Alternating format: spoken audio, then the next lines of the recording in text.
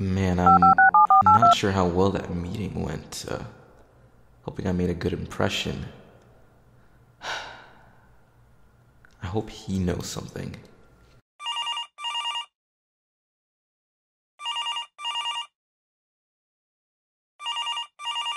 Yellow! Hey, John? Yeah, this is John Fish who wants to know. Wait a minute. That voice! I know that voice. Finally decided to call me up, huh? God, it's been ages, pal. I didn't see you in PAX this year. What's up with that? Well, it's only been a couple months. I wasn't invited for PAX coverage. I lack the seniority. Have you been? Huh. Only a couple of months, he says. Get a load of this guy. Look, pal, for normal people, a few months without hearing a word from somebody is kind of a long time, you know? Keep that in mind. I like you, champ. Been waiting for your call. Why'd you even stay with those losers over in Armitage anyway? How long until they start respecting you proper? Yeah. I apologize. I suppose I'm not, the best when it comes to keeping up with people, Armitage isn't as bad as you say. They treat me fine, it's just... don't worry about it. That's a topic for a later date. Yeah, that's cool. Just send him over there, babe. Sorry about that, pal. Anyway, speaking of topics, what's up? Well, look, John. I know you're pretty well versed with stuff going on in the game industry right now. Being an indie dev yourself. So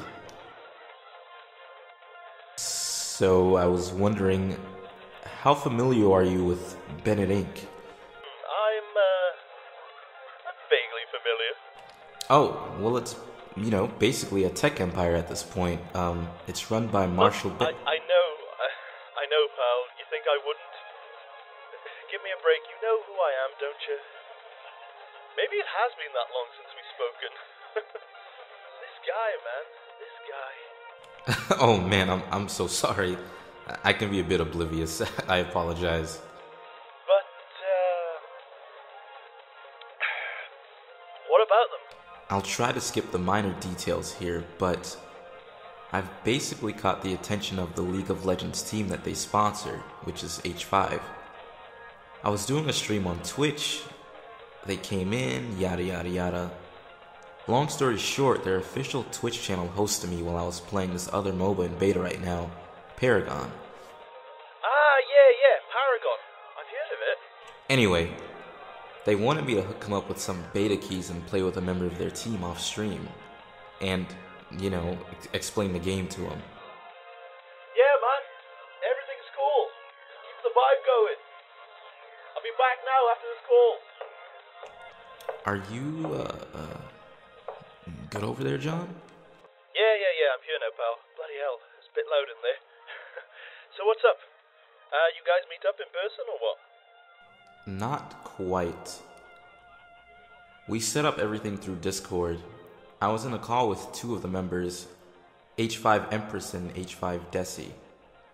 They kind of hit me with the 21 questions at the start, though. Was not prepared for that bit. Anyway, after that, Whoa there, pal. Backpedal a bit. What kind of questions are we talking here? I mean, just random crap. I don't want to bore you No, with the minor look. I'm interested. Tell me, what did they ask you? Stuff like, how long have you been into video games? Do any of my relatives play video games? Do I live with them? How much do you know about Bennett Inc.? How do you like being a video game journalist? Those kinds of questions. It felt kind of like an interview. Yeah, man. No doubt. And then what? What happened after the questions? Well, they kind of took in the information, I guess. They never told me what the point of it was. I am hoping, though, that they'd be interested in setting up a business relationship or something with me in the near future, though. That's originally why I jumped on board for all of this. Anyway, I sent them the beta keys and they thanked me. Told me they had some business to take care of, but I'd be playing with a member called Limbs. That doesn't ring a bell. It was a member of H5? Mm-hmm.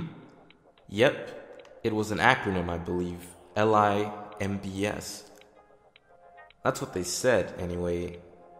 I've never heard of them either, but who knows? I don't keep up with the team that closely. Could be a new member or... shoot, I don't know, someone they keep on the bench. So, I tell them the username for the account that I'd be playing on. Desi and Empress thanked me before telling me to log on and wait for Limbs to party up with me. Before I could say anything else, like ask for Lim's username, they removed me from the Discord. So no more voice chat? Did you guys IM or anything? Nope, nothing. I just had the game running and was kind of waiting. Limbs did end up joining my party though. It was obvious since that was their username, but it was weird because I didn't add them beforehand. Paragon is in beta though, so I didn't think too much of it. So they just joined? Huh, that is pretty bizarre. What was the session like? Equally janky. Limbs was kind. No voice chat, mind you, so we just communicated via text. They didn't say much, just a lot of 1- and 2-word responses. They seemed to be enjoying it though. Unfortunately, we had a bit of technical issues that got progressively worse as time went on. Issues? With the game, or...? I don't know, man, just everything, I guess. The game kept getting laggier and laggier connection-wise. A few people from each team got disconnected and never came back. A lot of weird glitches I've never seen before started popping up in-game, too. I don't know how Limbs was able to continue playing and all of that, honestly, but I could barely do anything at a certain point. My actual computer started to act up, too, come to think of it. Fans were working overtime. Does your rig normally give you issues? I mean, how about your ISP? I mean, a lot of things screw up on their end usually, so who knows what could have happened? Look, all my stuff is up to date. I've got great net, fiber optics too. That's why this is out of the ordinary. I thought it was a complete disaster. Had to cut off the game and everything. Yeah, but that's not all there was to it. You sound like you got something else to say. Well, yeah. I hate to keep rambling. H5 Empress sent me a personal message on Discord thanking me for everything. Told me to keep an eye out for further contact from them. I mean, what do you think? Like, what the heck? What do I think about what? The whole situation? Yeah, basically. Sorry, my desktop is running kinda slow. Feels like something is using a big chunk of RAM. Anyway, I just needed to vent since I'm very anxious. Getting on good footing with influential groups like H5 could be a doorway to better things for me, you know? I was thinking about writing them a thank you email or something for the opportunity. John, you there, man? Some things just aren't adding up. But you're right, man. A lot of opportunity can come from this. Just do me a favor, please, pal. Keep in touch with me. For real this time. I want to see you succeed. Call me any time you've got new developments. I'll do a little bit of digging. I'll see if I can do anything that'll help your case in being in favor with the big dogs. Really? You do all that for me? Look, I appreciate it, man. I know you're busy. It's alright, pal. Thanks for calling. It was good to hear from you. Now remember, call me anytime and, watch yourself. Watch myself. Hello? John? Huh. He hung up.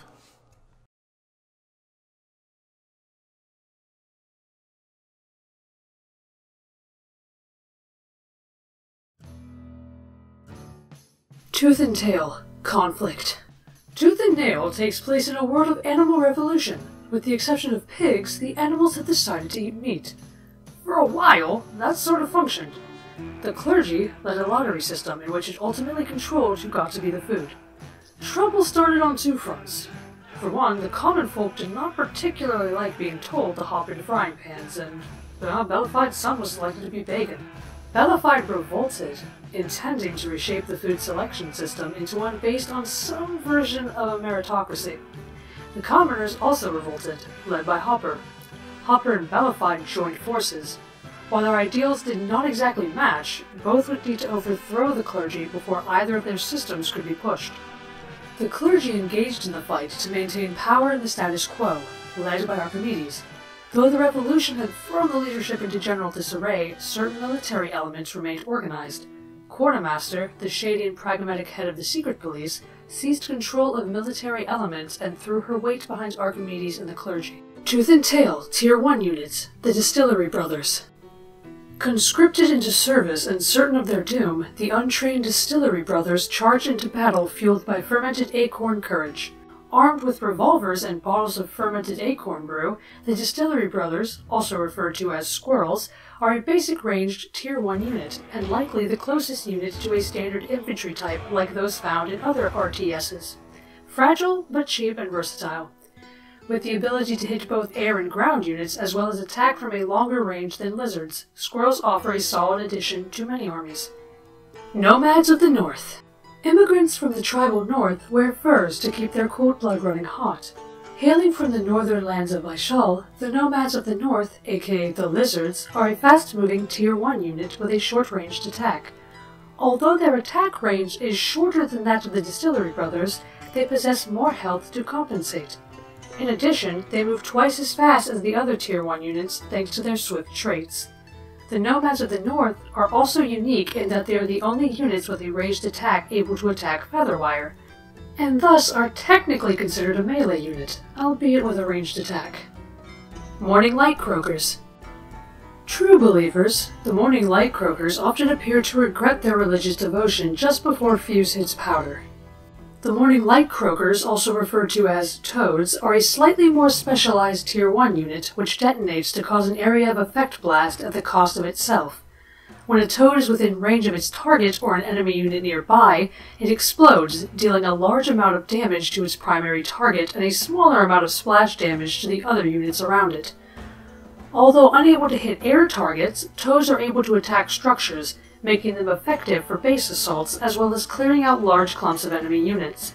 However, since they must be close to their target in order to detonate, they are vulnerable to ranged units. The Volunteers. At the onset of war, soldiers were too proud to consume the little white packets that fell from the skies. Now, they'll take anything they can get. The Volunteers, aka Pigeons, are the medics of Tooth and Nail, a Tier 1 unit which heals rather than attacks. Pigeons possess no offensive capabilities at all, and instead stay at maximum range at all times, healing any non-structure unit that is not at full health. The Volunteers, medpacks, heal 1 health per second for 2 seconds, and can only deliver a care package once every 2 seconds. A single unit can receive aid from up to 9 pigeons at once, allowing the healing per second to stack.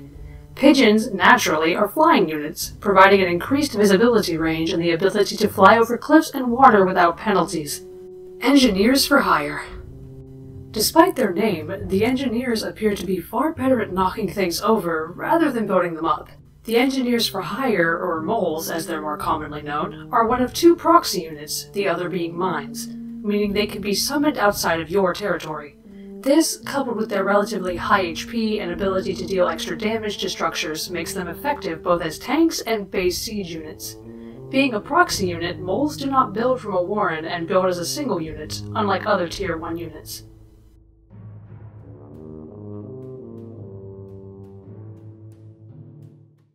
You focus on the wrong shit. Why these niggas talk shit? I pull out my car, then I pull up to the stars, bitch. She wanna go far shit. I be on my Mars shit. You know I be soaring. They see me, I be scoring.